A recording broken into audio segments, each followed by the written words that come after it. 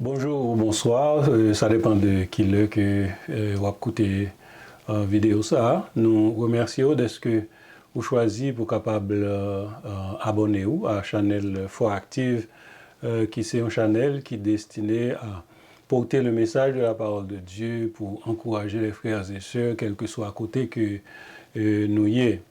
Et si vous pouvez abonner à la chaîne Foi Active, nous apprenons pour faire ça dans YouTube, pour faire ça, pour capable toujours gagner un message qui a venu régulièrement à vous-même. Nous essayons de faire un changement aujourd'hui. Alors, ce n'est pas un gros changement, c'est seulement nous prenons un petit break, je nous ai dit en anglais, de l'épître de Jacques, pour nous capables de parler de l'évangile, pour nous parler, pour nous essayer joindre une définition et parler un peu de l'évangile là, qui ça que lié. Et titre ça que nous voulons partager avec vous matin, c'est la nécessité de l'évangile.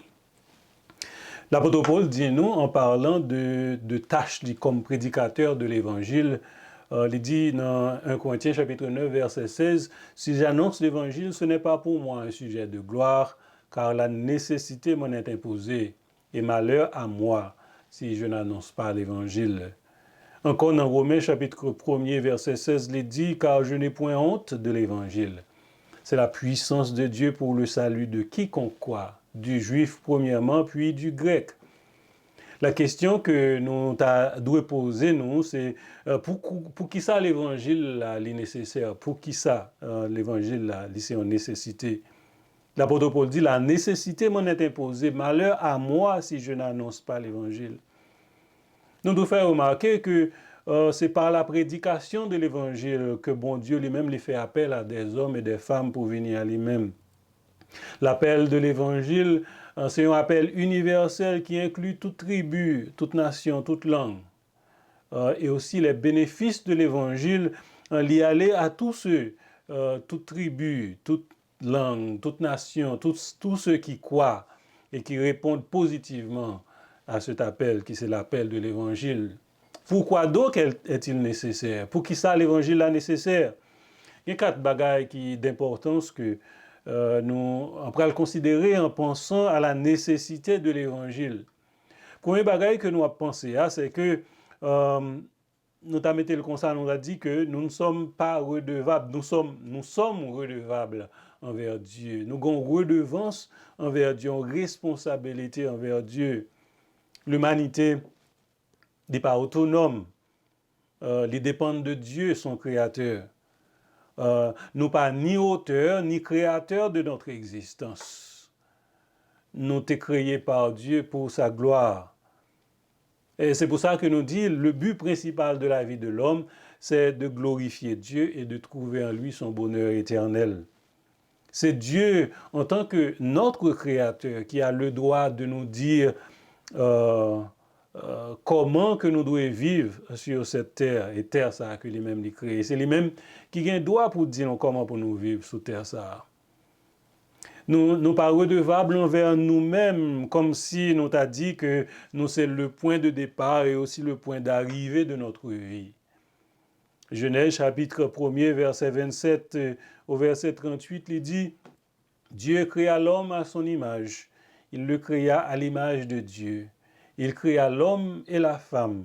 Dieu les bénit et Dieu leur dit « Soyez féconds, multipliez, remplissez la terre et assujettissez-la, et dominez sur les poissons de la mer, sur les oiseaux du ciel et sur tout animal qui se meut sur la terre. » Et Dieu dit « Voici, je vous donne toute herbe portant de la semence et qui est à la surface de la terre, et tout arbre ayant en lui du fruit d'arbre portant de la semence, ce sera votre nourriture. » Et cela fut ainsi. Dieu vit tout ce qu'il avait fait et voici, cela était très bon. Dans Genèse chapitre 2, verset 15 et verset 17 à verset 17, il dit « L'Éternel Dieu prit l'homme et le plaça dans le jardin d'Éden pour le cultiver et pour le garder. L'Éternel Dieu donna cet ordre à l'homme, tu pourras manger de tous les arbres du jardin, mais tu ne mangeras pas de l'arbre de la connaissance du bien et du mal, car le jour où tu en mangeras, tu mourras certainement. Vous voyez bien que nous avons été créés par lui et pour lui. Bon Dieu t'a créé nous, c'est lui-même qui créait nous pour sa gloire. Nous appartenons à lui-même. Nous, c'est l'œuvre de la création de Dieu. Nous dépendons de lui parce que c'est lui-même qui procure pour nous tout ça que nous avons besoin. Et donc, nous redevables envers lui-même. Nous écoutez bien, on prend ça que bon Dieu lui-même, comment bon Dieu lui-même lui décrit caractère pour Moïse dans Exode chapitre 34 verset 6 à 7, il dit et l'Éternel passa devant lui et s'écria l'Éternel, Dieu miséricordieux et compatissant, lent à la colère, riche en bonté et en fidélité, qui conserve son amour jusqu'à 1000 générations et qui pardonne l'iniquité, la rébellion et le péché, mais qui ne tient point le coupable pour innocent, et qui punit l'iniquité des pères sur les enfants et sur les enfants des enfants jusqu'à la 3e et à la 4e génération. Nous redevables envers les commandements de Dieu. Nous devons obéissance à Dieu. Mais malheureusement, ce n'est pas ça qui produit chaque jour. Nous désobéissons à commandement bon Dieu. Deuxième bagaille, on prend premièrement montrer que nous sommes redevables envers Dieu parce que c'est lui-même le créateur, c'est lui-même qui procure pour nous-mêmes tout ça nous besoin, c'est lui-même qui est en contrôle de la vie. Nous, deuxièmement, montrer rébellion nous envers Dieu, nous rebeller contre Dieu. Nous pas honorer Dieu, notre Créateur. Nous désobéissons à ses commandements.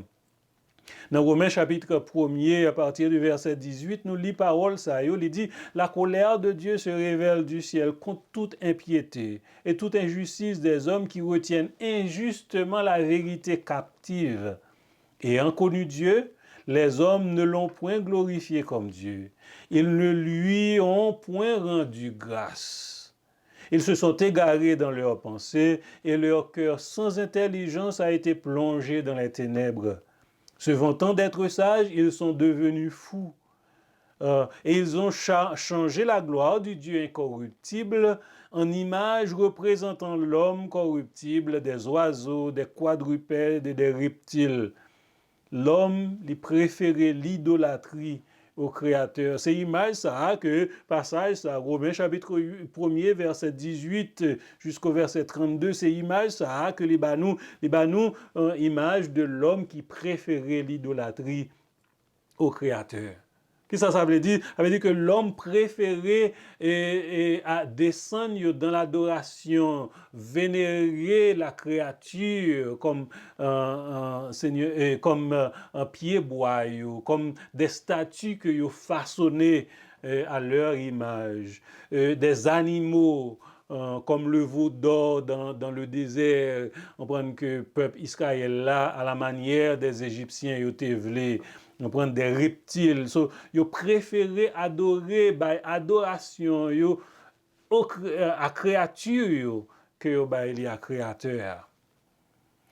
Nous connaissons qui a passé dans le pays, nous en Haïti, avec le vaudou. Le vaudou qui c'est une religion animiste qui fait exactement ça que nous trouvons dans Romains, chapitre 1er, verset 23.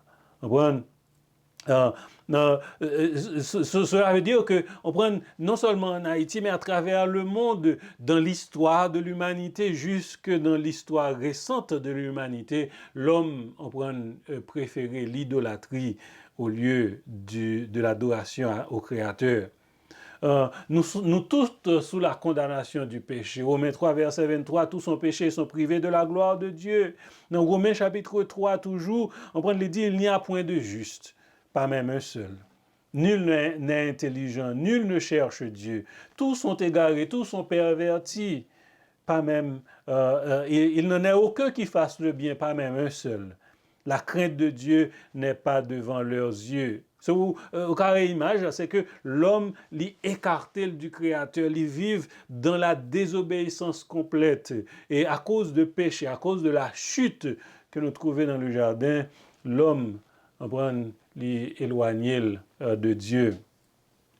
En 1750, le philosophe Jean-Jacques Rousseau écrit dans son discours sur les sciences et les arts, il dit « L'homme naît naturellement bon et heureux, c'est la société qui le corrompt et le rend malheureux. » Et comme ça, on prend qui ça Jean-Jacques Rousseau fait, c'est que lui refuter ce que la Bible enseigne sur le péché, sur ça nous relève le péché originel. La chute de nos premiers parents, Adam et Ève, on prend qui allait de génération, qui transférait de génération en génération à l'humanité entière. Cela, Jean-Jacques Rousseau refutait, on prend ça nous relève le péché originel. La grande question pour Rousseau, bien sûr, serait qui sont les composants de cette société? D'où vient cette capacité de corruption que possède la société? Si c'est la société qui le rend mauvais, si c'est la société qui corrompt l'homme, parce que l'homme est venu bon, qui est-ce qui compose la société ça? Est-ce que c'est pas l'homme qui compose la société ça? Et si c'est l'homme, côté l'homme trouver cette capacité de corruption, côté le trouver, il y a une secte hérétique qui était paraît au IIe siècle de l'ère chrétienne, qui était le gnosticisme. Pour les gnostiques, c'est eux qui pratiquaient le gnosticisme. Ce qu'il faut blâmer pour la faillite du monde, ce n'est pas les hommes, mais plutôt Dieu. Et donc, même avec Jean-Jacques Rousseau, gnostique, ils ont même réfuté le péché originel. Mais c'est un blasphème. C'est un blasphème de rendre Dieu responsable pour la faillite des hommes. Il faut dire que la Bible est très claire sur ce point. La faillite de l'humanité repose sur la chute de l'homme dans le jardin. Ils ont désobéi au commandement de Dieu. C'est comme ça que le péché est rentré dans le monde. David dit nous dans Somme 51, verset 7, « Voici, je suis né dans l'iniquité et ma mère m'a conçu dans le péché. » Mais grâce soit rendue à Dieu.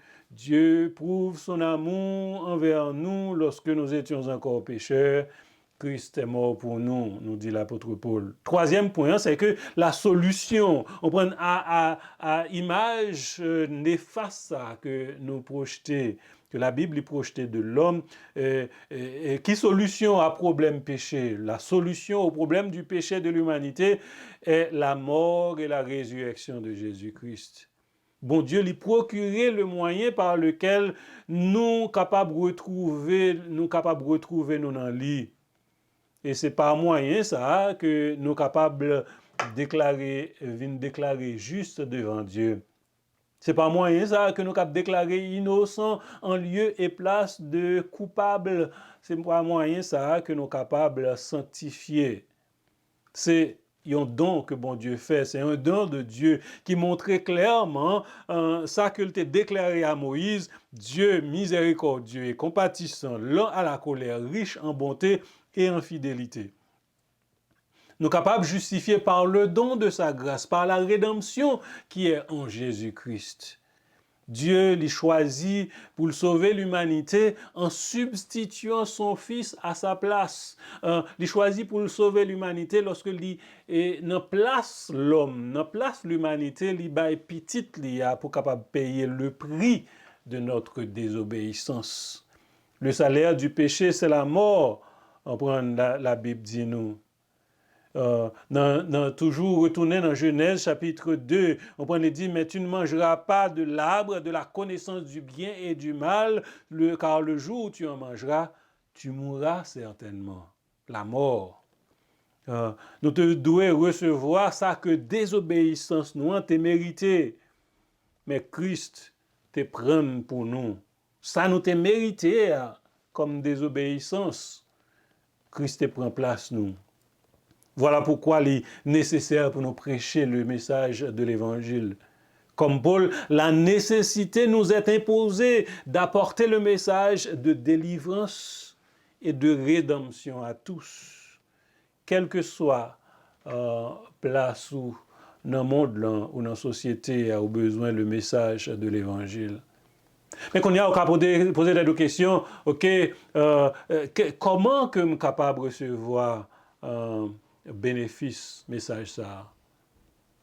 Premièrement, c'est un des messages, Et c'est ça qui fait que il est nécessaire que il y ait des prédicateurs, il y ait des hommes et des femmes qui prêchaient l'évangile, qui prêchaient bonne nouvelle, ça, qui prêchaient le message de délivrance à tout le monde. Le salut que bon Dieu lui procurait, lui vient par la foi en Jésus-Christ. Éphésiens 2, versets 8 et 9, car c'est par la grâce que vous êtes sauvés par le moyen de la foi. Et cela ne vient pas de vous, c'est le don de Dieu. Ce n'est point par les œuvres afin que personne ne se glorifie. Il y a trois mots ça, je souligner, ou même souligner. C'est par la grâce que vous êtes sauvés, par la grâce. Grâce, c'est une faveur, c'est un bagage que vous recevez qu'on pas mérité. Vous comprenez? Ou tu mérité la condamnation éternelle, mais par grâce, lorsqu'on croit, lorsqu'on met confiance dans Jésus-Christ, ou recevoir le salut éternel, le pardon pour vos péchés. Deuxièmement, c'est par la foi, par le moyen de la foi. La foi, c'est le moyen par lequel nous recevons grâce à la grâce du salut. C'est mettre confiance dans Jésus-Christ, qui c'est le seul médiateur entre Dieu et les hommes. Troisième mot que nous souligner, il dit ce n'est point par les œuvres afin que personne ne se glorifie. Je vais dire que c'est pas rien que nous-mêmes nous sommes capables de faire de nous-mêmes, c'est par grâce. Et quel que soit ça que nous sommes capables de faire, il n'est pas capable d'ouvrir porte ciel, la porte salut nous-mêmes, excepté que nous passions par Jésus-Christ, par la foi en Jésus-Christ.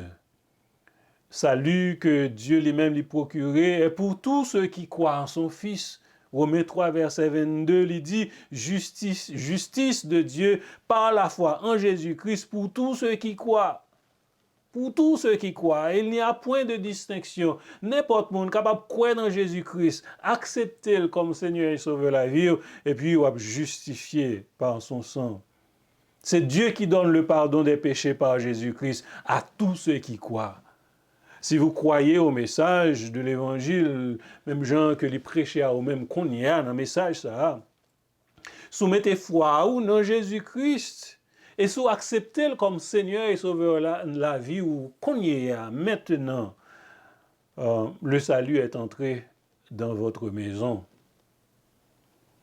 L'apôtre Paul dit nous, dans 1 Corinthiens, chapitre 9, si tu confesses de ta bouche, dans Romains plutôt, si tu confesses de ta bouche le Seigneur Jésus et si tu crois dans ton cœur que Dieu l'a ressuscité des morts, tu seras sauvé.